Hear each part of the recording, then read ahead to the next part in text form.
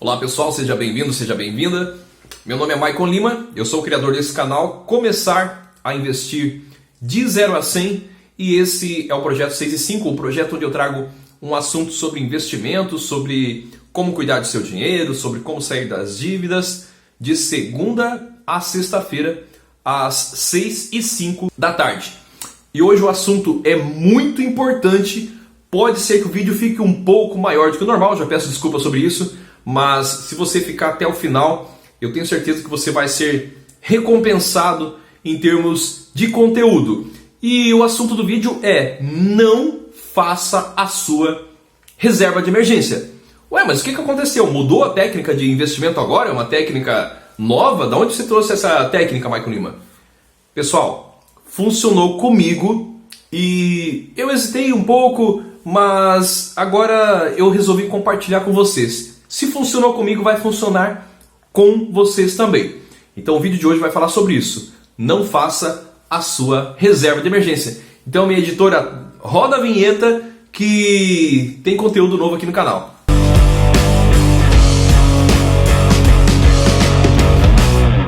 Quando você conversa com uma pessoa, quantos por cento você observa em fala, em expressão corporal? Calma, vou explicar. As pesquisas, as estatísticas dizem que quando você conversa com uma pessoa, você vê muito mais da expressão corporal dela do que efetivamente ela fala, ela conversa. E como que foram os seus primeiros 10, 20 anos de vida? Se você já tem 20 anos, eu sei que tem uma galera nova aí, uma galera mais experiente que assiste o canal, mas como foram os seus 10 primeiros anos de vida, seus 20 primeiros anos de vida em relação ao dinheiro?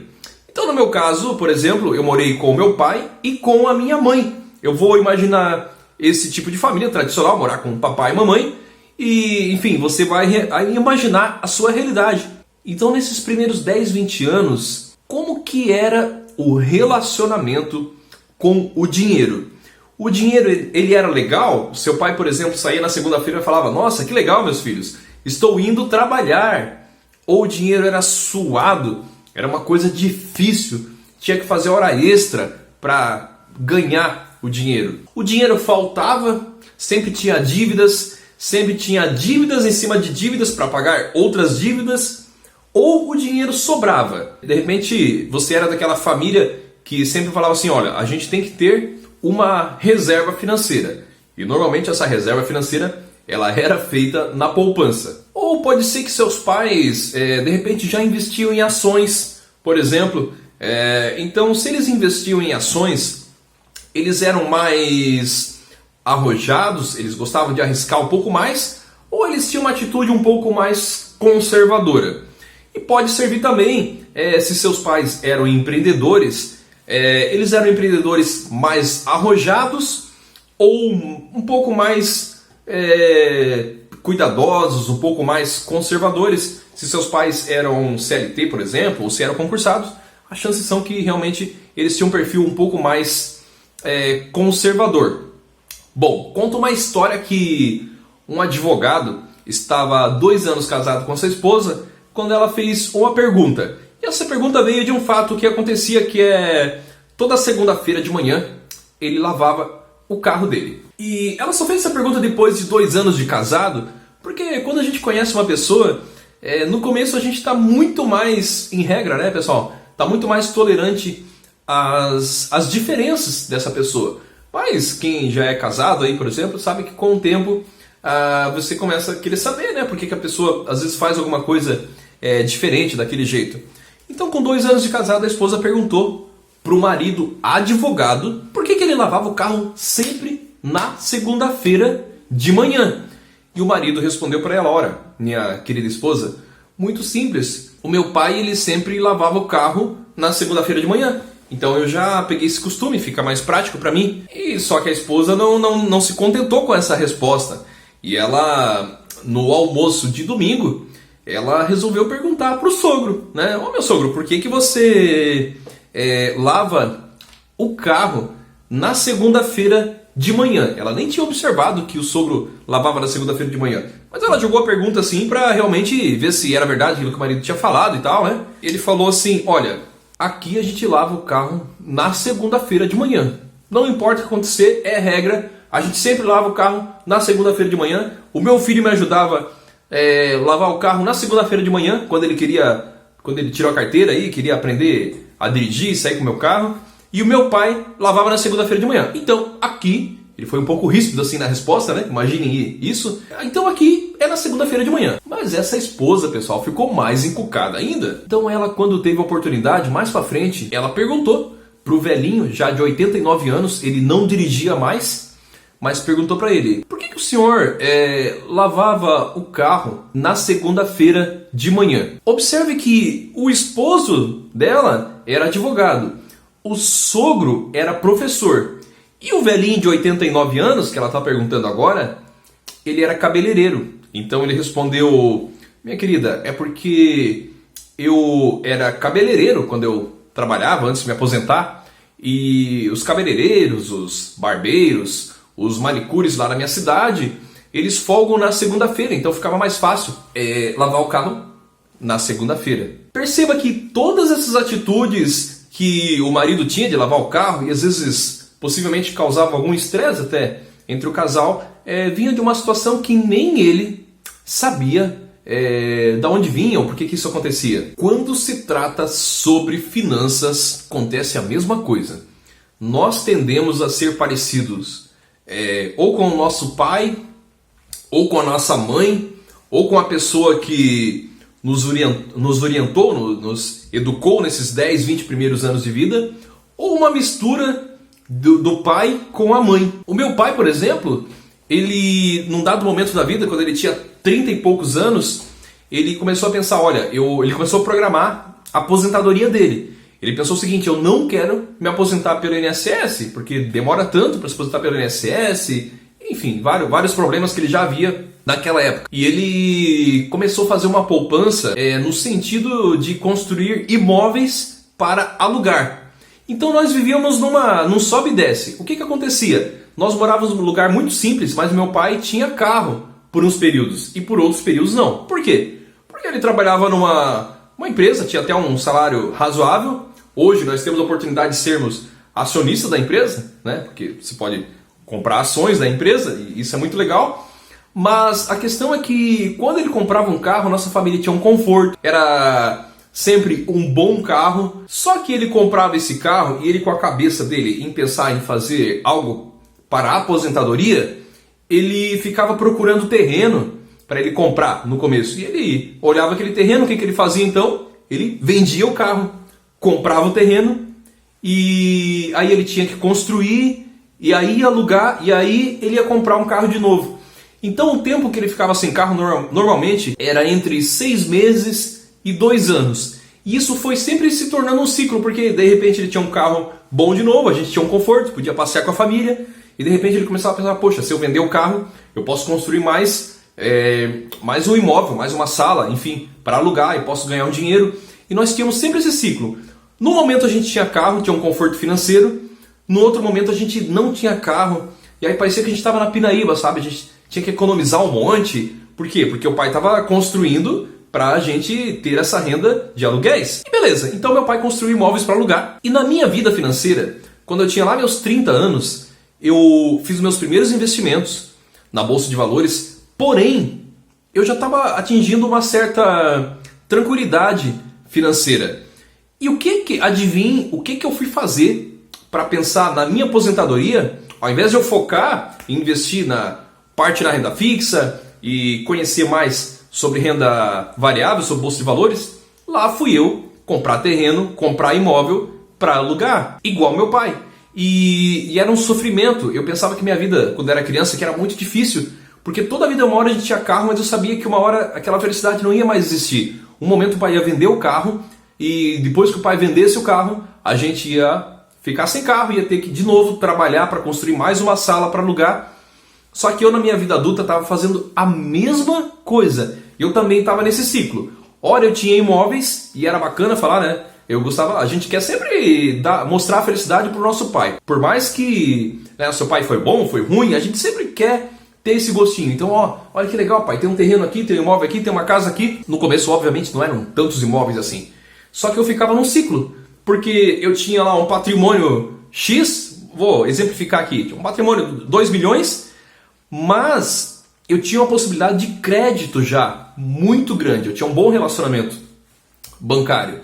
E o que acontecia? Se eu tinha 2 milhões de patrimônio, eu tinha, sei lá, 1 milhão de dívida. Isso aqui são exemplos. E esse 1 milhão de dívida me fazia não dormir muito bem, me fazia ter problemas, sobretudo emocionais, de como cuidar, porque a dívida parece uma coisa ruim. Sabe quando você compra aquela casa, às vezes financiada em 30 anos, e você pensa, meu, 30 anos pagando? Só um exemplo aqui, tá? Não estou dizendo que é bom ou que é ruim, o financiamento habitacional. Então eu tinha um ciclo. Tinha um momento que eu tinha muitas dívidas e tinha um momento que eu fazia o quê?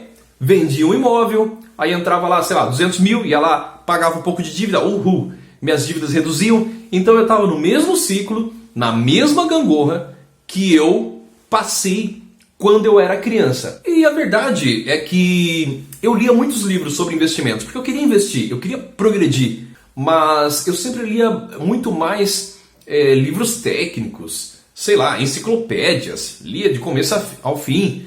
E até que eu um dia precisei cuidar um pouco das minhas emoções como investidor, e eu li um livro muito simples, mas bastante conhecido. Esse livro aqui, Pai Rico, Pai Pobre, ele é um livro que ele não é um livro de técnicas de investimento na bolsa de valores, não é um livro de estratégias. Ele é um livro mais de mindset, ele é um livro bastante leve e me levou a ler outros livros nesse estilo. E eu vou dizer para você que foi aí que eu comecei a realmente ter uma mudança na minha vida. Eu realmente comecei a perceber que eu não precisava ser aquele investidor, que eu precisava ter mais patrimônio, que eu precisava ter um aluguel para investir na bolsa, aquela loucura. Eu estava perdido, eu precisava, na verdade, trabalhar a minha coluna de ativos, que é o que fala no livro Pai Rico, Pai Pobre, com tranquilidade, e não ficar fortalecendo minha coluna de passivos, que eram as dívidas, e no caso, como as dívidas me incomodavam, elas eram sim dívidas ruins. Então é por isso que aqui no canal eu não falo só sobre técnicas de como investir. Eventualmente eu falo sobre como investir mesmo na prática. Eu até cuido um pouco, tá, pessoal? Porque se eu entrar aqui e começar a operar na bolsa e colocar isso até ao vivo, tem gente que faz, vai ter milhares de pessoas vendo. Só que eu quero dizer para você que essa não é a parte mais importante. A parte mais importante, pessoal, é você cuidar dos seus pensamentos. E é por isso que eu, além de não ficar só falando de investimentos, falar também de mindset, eu falo para você nesse vídeo, não faça a sua reserva de emergência.